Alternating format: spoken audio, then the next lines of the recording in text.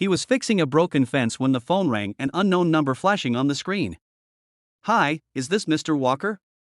The voice was soft, hesitant, almost trembling. I think your son found something that belongs to me." Michael Walker wiped the sweat from his brow, confused. "My son?" he asked. "Who is this?"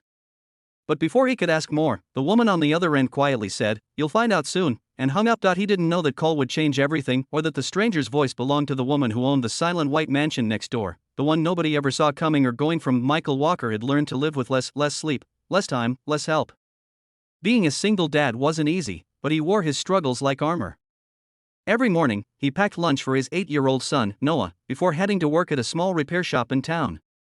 His days were long, his hands rough, but his smile for Noah never faded. Their rented house sat on the edge of an upscale neighborhood, a small, weather-beaten home surrounded by sprawling estates with iron gates and manicured lawns.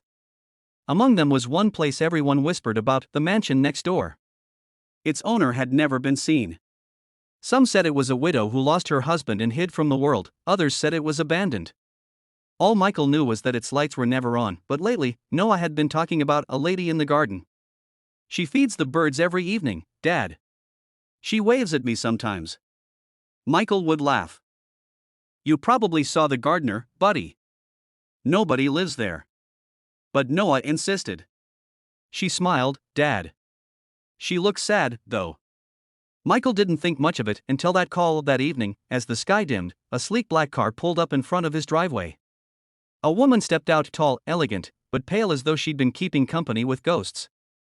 Her long beige coat swayed in the cold breeze, and when she looked up, her eyes held both strength and sorrow. "I'm sorry for the sudden call earlier," she said softly.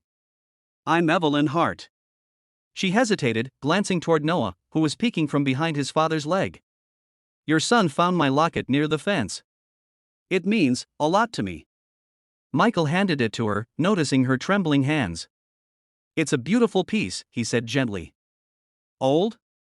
She nodded, her eyes distant. "My late husband gave it to me before he died." There was a silence that felt heavier than words.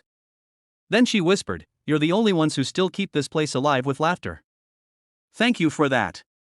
From that day on, Evelyn began showing up more often, sometimes to feed the birds, sometimes with cookies for Noah. She had a warmth that peeked through her sadness. She'd sit on Michael's porch while he worked, asking questions about his life, his struggles, his dreams. And slowly, a friendship began to grow in the quiet spaces between them. Michael found himself drawn to her, not because of her beauty or her mysterious charm, but because she listened. Really listened. She understood loneliness the way he did, but every time he looked at that mansion, he felt a distance. Like she belonged to another world, one he could never step into. It was late autumn when everything changed. Michael was fixing the roof during a storm when he slipped. The fall wasn't far, but enough to fracture his arm. Work stopped, bills piled up, and the old fears returned. How would he keep Noah fed? Evelyn noticed. She started dropping off meals, groceries, even helping with Noah's school pickup. Michael hated accepting help, it made him feel small, but she never made him feel pitied. Instead, she treated him like an equal. One night, after putting Noah to bed, he saw Evelyn standing in her garden, staring at her mansion's dark windows. Rain was falling, but she didn't seem to care. He walked over, ignoring the ache in his arm. "You okay?" he asked. She looked at him, eyes glistening. "I used to fill that house with parties," she said. "People, laughter, lights. But after my husband died, I realized they were only there for the money. The moment I stopped pretending to be perfect, they disappeared." Michael nodded slowly. "People always love you until you stop giving them something." Evelyn turned toward him, tears mixing with the rain. "And yet you, with nothing, still give everything you have to your son." That night, they stood together under the rain, two broken people, finding shelter in each other's quiet. Winter came, and Michael's financial troubles deepened. The repair shop let him go, and Christmas loomed with no presents, no tree, and no hope. One evening, he decided to take Noah for a walk to distract him. But as they reached home, Noah froze, eyes wide. The mansion next door was lit up warm, golden lights spilling through every window. And there, on the front lawn, was Evelyn, smiling softly. "Merry Christmas, Michael," she said. "You and Noah, you're not spending it alone." Inside, the mansion was decorated beautifully, not in a showy way, but with care.